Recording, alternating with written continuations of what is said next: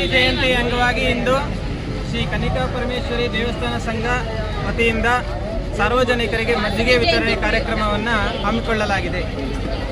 ತಾವೆಲ್ಲರೂ ಸಹಕರಿಸಬೇಕಾಗಿ ಕೋರ್ಕೊಳ್ತಾ ಇದ್ದೇವೆ.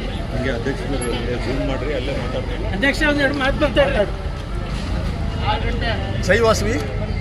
ಆತ್ಮೀಯ ಬಂಧುಗಳೇ, ಆರ್ಯವೈಶ್ಯ ಸಮುದಾಯದ ಕುಲದೇವತೆಯಾದ ವಾಸವಿ ಕನ್ನಿಕಾ ಪರಮೇಶ್ವರಿಯ ಜಯಂತಿಯ ಪ್ರಯುಕ್ತ ದಾವಣಗೆರೆಯ ಎಲ್ಲ ಭಕ್ತಾದಿಗಳಿಗೆ ತಂಪಾಗಿಸಲು ತಂಪಾದ ಮಜ್ಜಿಗೆಯನ್ನು ವಿತರಣೆ ಮಾಡ್ತಾ ಇದ್ದೀವಿ.